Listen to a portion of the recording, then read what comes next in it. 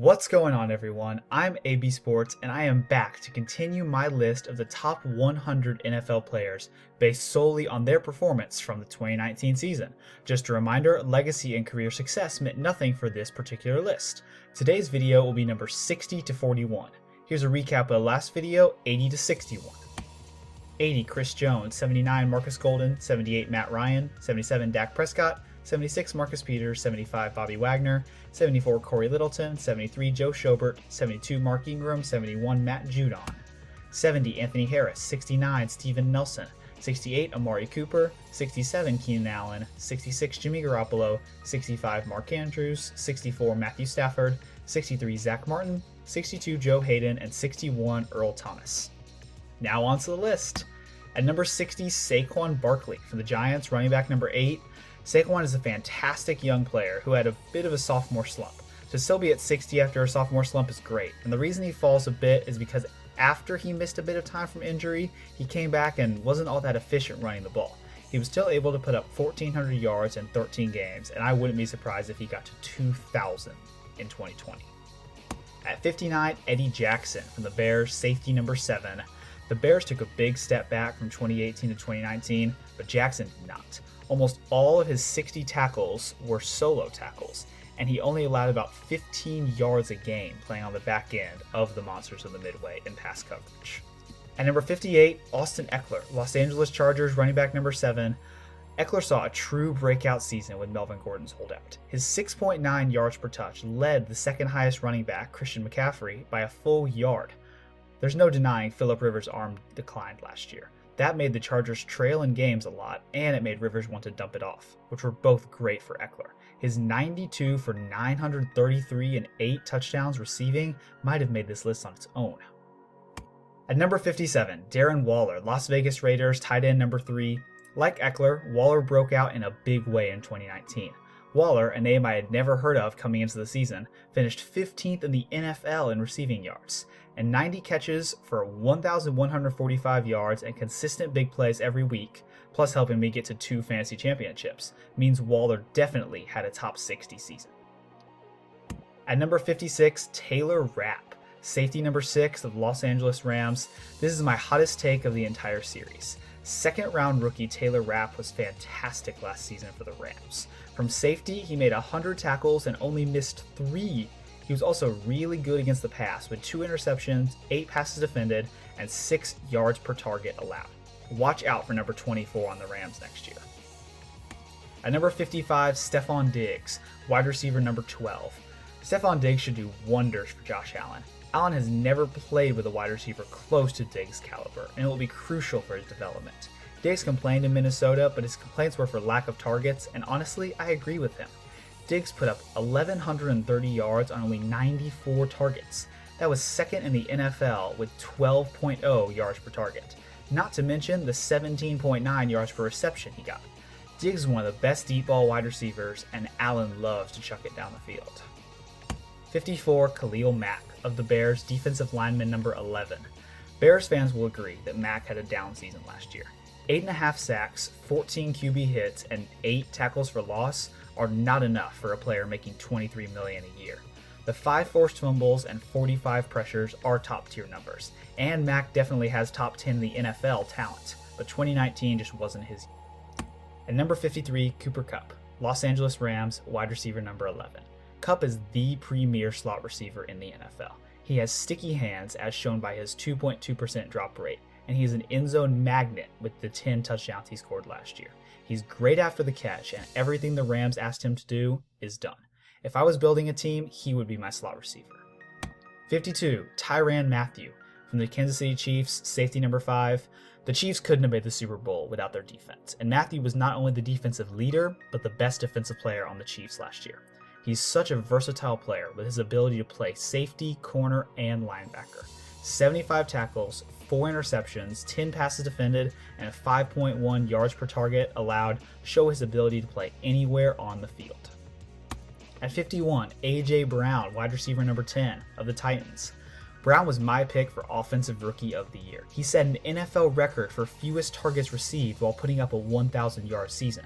He showed ridiculous explosiveness with 20.2 yards per catch, and through the second half of the season, he was second in yards and touchdowns behind only Michael Thomas.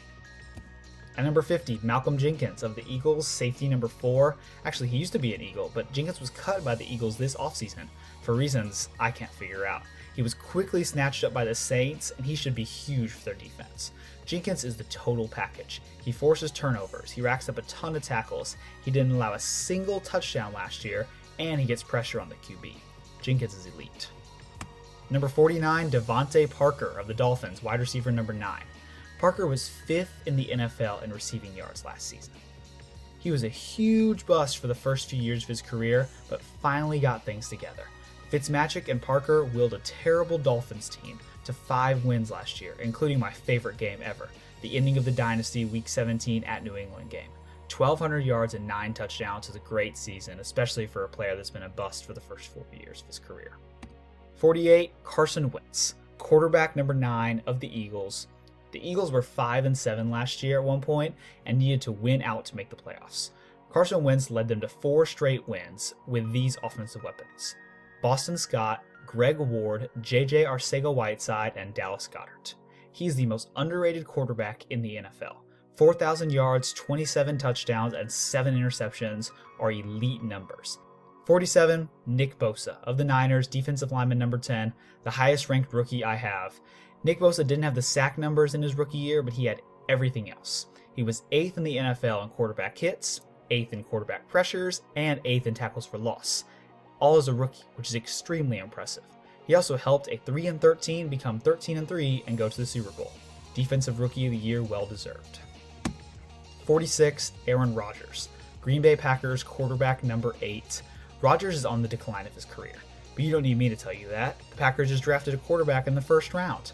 Barely 4,000 yards and 26 touchdowns is low for Rodgers, even though he only threw 4 picks. The Packers had 3 or 4 lucky breaks last year to give a 9-7 talent a 13-3 record. I expect them to take a big step back in 2020. At number 45, Cam Hayward, the Pittsburgh Steelers, defensive lineman number 9. Good luck finding an important stat that Cam Hayward wasn't top 5 in for defensive tackles last year. His 83 tackles led all D linemen by quite a bit, and he put up 9 sacks and 33 pressures from the interior, which is outstanding. Hayward was for sure the number 2 defensive tackle behind only Aaron Donald last season. At 44, Kirk Cousins of the Vikings, quarterback number 7. Cousins is a quarterback who used to be just a stat compiler in Washington, and now is extremely efficient in Minnesota.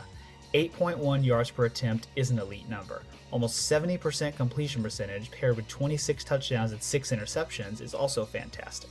The big criticism of Cousins was that he couldn't win the big game. Then this season, he beat the Saints in the Superdome in the playoffs. At 43, Ronnie Stanley, offensive lineman number 2. I'm sure you saw Lamar running left a lot last season, and Stanley was a big reason why that was possible. He's a brick wall at left tackle. Not only does he not allow sacks, he hardly even allows pressures. Lamar can rest easy knowing his blind side is protected. At 42, Tyreek Hill, wide receiver number 8 of the Chiefs. I feel like Tyreek Hill should get a mulligan for this season. Before Week 10, he and Mahomes were rolling on the field together for 5 quarters, which doesn't even seem possible considering their late season success. Needless to say, most of his production came in the second half of the year, and he blew up then. Since he didn't have the season-long production, I couldn't put the Cheetah any higher than this, but don't get it twisted. I think he is the hardest player in the NFL to cover one-on-one. And last for this video, number 41, Cam Jordan, defensive lineman number 8. Cam Jordan's awesome. If you're playing against the Saints, 3 times a game Jordan pressures you, twice he hits you, and once he sacks you. That's no fun as an opposing QB. He's also great against the run, with 53 tackles and 15 tackles for loss. Jordan has put up these kind of numbers his whole career and doesn't get the respect he deserves. Here's a recap of 60 to 41. 60 is Saquon Barkley, 59 Eddie Jackson, 58 Austin Eckler, 57 Darren Waller, 56 Taylor Rapp, 55 Stephon Diggs, 54 Khalil Mack, 53 Cooper Kupp, 52 Tyrann Mathieu, and 51 AJ Brown. Now 50 to 41, 50 Malcolm Jenkins, 49 Devontae Parker, 48 Carson Wentz, 47 Nick Bosa, 46 Aaron Rodgers, 45 Cam Hayward, 44 Kirk Cousins, 43 Ronnie Stanley, 42 Tyreek Hill, and 41 Cam Jordan. Tune in next time for numbers 40 to 21. I hope you enjoyed, and if you did, how about hitting that like button and subscribing to the channel. Thanks for watching.